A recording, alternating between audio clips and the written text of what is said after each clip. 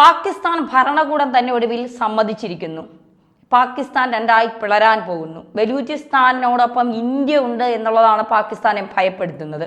36 ഡിസ്ട്രിക്റ്റുകൾ ഉള്ളതിൽ ബലൂചിസ്ഥാനിലെ 8 ജില്ലകൾ സ്വതന്ത്രരായി നിൽക്കാൻ തീരുമാനിക്കുന്നു. അവർ ഒരുമിച്ച് ചേർന്ന് ഒരു രാജ്യം ഉണ്ടാക്കുന്നു. ആ രാജ്യത്തിന് പൂർണ്ണ സപ്പോർട്ട് ഇന്ത്യയാണ് എന്നാണ് പാക് ഭരണകൂടം പറയുന്നത്.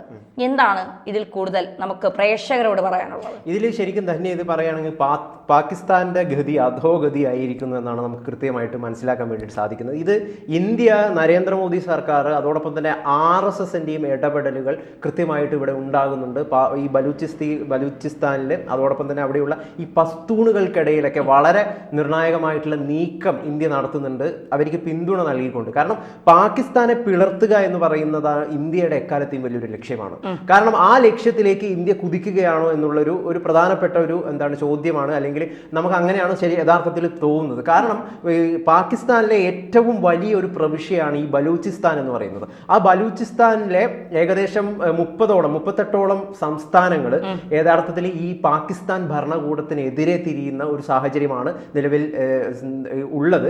അതിൽ 8ഓളം സംസ്ഥാനങ്ങൾ അതിതീവ്രമായിട്ടുള്ള യുദ്ധം പാകിസ്ഥാൻ ഭരണകൂടത്തിനെതിരെ നടത്തുന്ന കാഴ്ചയാണ് നമുക്ക് കാണാൻ വേണ്ടിയിട്ട് സാധിക്കുന്നത്. നമുക്കറിയാലോ, പാകിസ്ഥാൻ എന്ന് പറയുന്നത് ദാരിദ്ര്യത്തിന്റെ അതോടൊപ്പം തന്നെ മറ്റു പല പ്രശ്നങ്ങളുടെയും ഏറ്റവും വലിയൊരു കെടുകാര്യസ്ഥതയാണ് പാകിസ്ഥാനിൽ നേരിടുന്നത്. അപ്പം അവിടുത്തെ ജനത ഒരു മോചനം അല്ലെങ്കിൽ ഒരു സ്വാതന്ത്ര്യം യഥാർത്ഥത്തിൽ ലക്ഷ്യം വെക്കുന്നുണ്ട്. കാരണം ഈ ഭരണകൂടത്തിൽ നിന്ന് അവർക്കൊരു സ്വാതന്ത്ര്യം വേണം.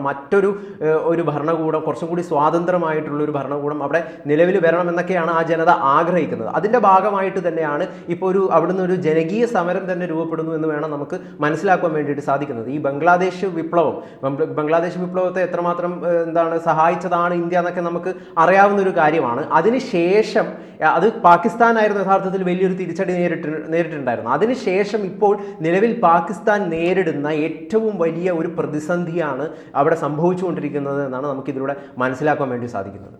ശരിയാണ്, പാകിസ്ഥാനെ സംബന്ധിച്ചിടത്തോളം വലിയ വെല്ലുവിളിയാണ്. കാരണം രണ്ടായി പിളരുന്നു. അതിന് ബലൂചിസ്ഥാൻ സഹായമായി നിൽക്കുന്നത് ഇന്ത്യ ആണ് എങ്കിൽ അതാണ് പാകിസ്ഥാനെ ഭയപ്പെടുത്തുന്നത്. കാരണം ബലൂചിസ്ഥാനിൽ ഒരുപാട് ധാതു വിഭവങ്ങളുണ്ട്.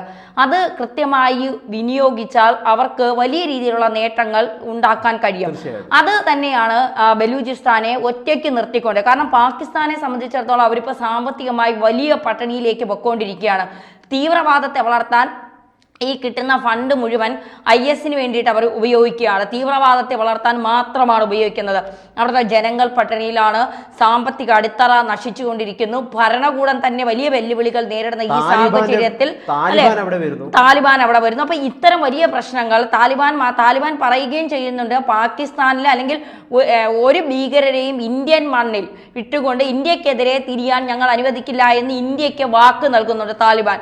കാരണം താലിബാന്റെ ഒരു എംബസി ഇന്ത്യയിൽ വരണമെന്ന് അവർ ആഗ്രഹിക്കുന്നുള്ളത് കൊണ്ട് ഇന്ത്യ എന്ത് പറയുന്നു അതനുസരിച്ച് ഞങ്ങൾ മുന്നോട്ട് നീങ്ങൂ എന്നാണ് താലിബാൻ വക്താവ് ഇന്ത്യൻ വക്താവിനെ അറിയിച്ചത്.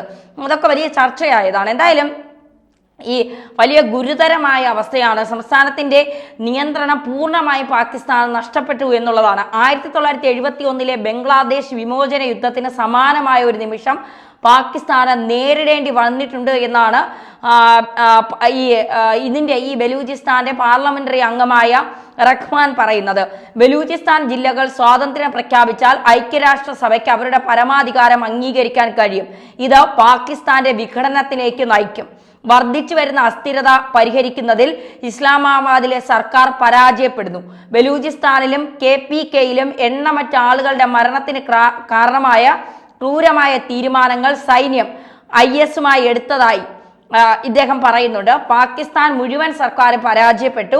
രാജ്യം 2 സംസ്ഥാനങ്ങൾ നഷ്ടപ്പെടുന്നതിന്റെ വക്കിലാണ്. Balochistan national party chairman Sardar Akhtar Mengal Baloch ജനതയോട് ഭരണകൂടത്തിന്റെ പെരുമാറ്റം വളരെ ദയനീയമാണെന്ന് വ്യക്തമാക്കുകയും ചെയ്തു. സ്വാതന്ത്ര്യത്തെക്കുറിച്ച് ഔദ്യോഗികമായി ഒരു റഫറൻഡം ഉണ്ടായേക്കില്ലെങ്കിലും അവസരം ലഭിച്ചാൽ ഭൂരിപക്ഷം പാകിസ്ഥാനിൽ തന്നെ തുടരാൻ തീരുമാനിക്കില്ല എന്ന് ആത്മവിശ്വാസത്തോടെ പറയാൻ കഴിയും. എന്തായാലും ബലൂചിസ്ഥാൻ മനുഷ്യാവകാശ കൗൺസിലിന്റെ സ്ഥാപകനായ താജ് ബലൂച്ച് റഹ്മാന്റെ അവകാശവാദങ്ങളെ ഈ പാകിസ്ഥാൻ നിരാകരിച്ചിട്ടുണ്ട്. എന്തായാലും രാഷ്ട്രീയ വിദഗ്ധരൊക്കെ പറയുന്നത് ബലൂചിസ്ഥാൻ ഒരു രാജ്യമായി മാറുക തന്നെ ചെയ്യും. കാരണം വലിയ രീതിയിലുള്ള കോളിളക്കങ്ങൾ അല്ലെങ്കിൽ അസ്വാരസ്യങ്ങൾ ഇരുവർക്കിടയിലും നടക്കുന്നുണ്ട്. അതുകൊണ്ട് തന്നെ ആ അസ്വാരസ്യങ്ങൾ കൂടുതൽ തലങ്ങളിലേക്ക് പോയാൽ അത് വലിയ രീതിയിലുള്ള പ്രശ്നങ്ങൾക്ക് കാരണമാകും. അത് പിന്നീട് വലിയ യുദ്ധത്തിലേക്ക് കലാശിക്കുമെന്ന് പറയുന്നത്. കാരണം ഈ ബലൂചിസ്ഥാനിലുള്ളവർ ചാവേറുകളാണ്. ഇപ്പോൾ കഴിഞ്ഞ ദിവസം പഞ്ചാബിൽ നിന്ന് പോയ 9 അംഗ ആളുകളെ വഴിയിൽ തടഞ്ഞു നിർത്തി ഇവർ വെടിവെച്ച് കൊല്ലുകയാണ് ഉണ്ടായത്. അതുപോലെ ചൈനയിൽ നിന്ന് വരുന്ന ആളുകളെ, ചൈനയ്ക്കും പാകിസ്ഥാനും ഇടയിലുള്ള ഒരു നിർമ്മാണ കമ്പനിയിൽ, ഇടനാഴിയിൽ ഒരു നിർമ്മാണ കമ്പനി നടക്കുന്നു. ആ നിർമ്മാണ കമ്പനിയിലേക്ക് എത്തുന്ന ചൈനക്കാരെ വെടിവെച്ച് കൊല്ലുന്നു. ഒരാളെയും അവിടെ വരാൻ ബലൂചിസ്ഥാൻ അനുവദിക്കുന്നില്ല എന്നുള്ളതാണ്. ഇവിടെ യഥാർത്ഥത്തിൽ പാകിസ്ഥാൻ ഭരണകൂടമാണ് യഥാർത്ഥത്തിൽ ഇവിടെ പല രീതിയിലുള്ള പ്രശ്നങ്ങൾ ഉണ്ടാക്കുന്നത്. ഇപ്പം ധനി ഇപ്പോൾ പറഞ്ഞ പോലെ തന്നെ ചൈനയിൽ പലതരത്തിലുള്ള വികസന പ്രവർത്തനങ്ങൾക്കായിട്ട് ചൈനയുടെ ഭാഗത്ത് നിന്ന് ഒരുപാട് ആളുകൾ അവിടെ വരുമ്പോൾ ആ ഉദ്യോഗസ്ഥരെയൊക്കെ കൊല്ലുന്ന സമീപനം, അതോടൊപ്പം തന്നെ ഇന്ത്യയുടെ ഭാഗത്തു നിന്നും പലതരത്തിലുള്ള വികസന പ്രവർത്തനങ്ങൾ നേരത്തെ പാകിസ്ഥാനിൽ കൊണ്ടുവരാനായിട്ടുള്ള ശ്രമങ്ങൾ നടത്തിയിട്ടുണ്ടായിരുന്നു. അപ്പോഴൊക്കെ ഇതിനെ തടഞ്ഞുകൊണ്ടുള്ള, കാരണം അവിടുത്തെ ജനങ്ങൾക്ക് യഥാർത്ഥത്തിൽ ഇത്തരം വികസനങ്ങൾ വരണം, ആ ഒരു കടുത്ത മതശാസനയിൽ നിന്ന് വിമോചിക്കപ്പെടണം, സ്വാതന്ത്ര്യം അനുഭവിക്കണം എന്നുള്ള ഭയങ്കരമായിട്ടുള്ള താല്പര്യമുണ്ട്. പക്ഷെ അതിനെ ഏറ്റവും കൂടുതൽ നിൽക്കുന്നത് എന്ന് പറയുന്നത് ഈ പാകിസ്ഥാൻ ഭരണകൂടമാണ്. ഒപ്പം തന്നെ ഭയങ്കര വലിയ രീതിയിലുള്ള അഴിമതി, വ്യക്തി താല്പര്യങ്ങൾ തുടങ്ങിയ കാര്യങ്ങൾ കൊണ്ട് ആകപ്പാടെ തകർച്ചയുടെ ഏറ്റവും അങ്ങേ അറ്റത്താണ് പാകിസ്ഥാൻ നിലവിലുള്ളത് എന്നാണ് നമുക്ക് അറിയാൻ വേണ്ടിയിട്ട് കഴിയുന്ന ഈ റിപ്പോർട്ടുകളിലൂടെയൊക്കെ മനസ്സിലാക്കാൻ വേണ്ടി സാധിക്കുന്നത്. അതായത് പാകിസ്ഥാന്റെ ഏറ്റവും വലിയ അവർ സ്വതന്ത്രം നേടിയതിനു ശേഷം അവരൊരു ഇസ്ലാമിക രാജ്യം സ്ഥാപിച്ചതിന് ശേഷമുള്ള ഏറ്റവും വലിയ കടുത്ത പ്രതിസന്ധിയാണ് ഇപ്പോൾ നിലവിൽ അനുഭവിക്കുന്നത് എന്ന് പറയുന്നത്. അപ്പം ബലൂചിസ്ഥാനികളുടെ ഒരു നേതൃത്വത്തിൽ വിറച്ചിരിക്കുകയാണ് യഥാർത്ഥത്തിൽ പാകിസ്ഥാൻ.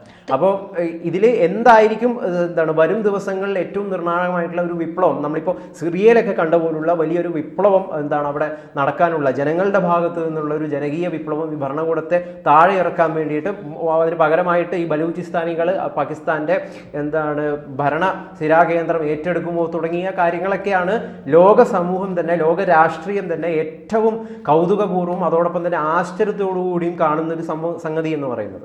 തീർച്ചയായിട്ടും അങ്ങനെ തന്നെ നമുക്ക് പറയേണ്ടി വരും.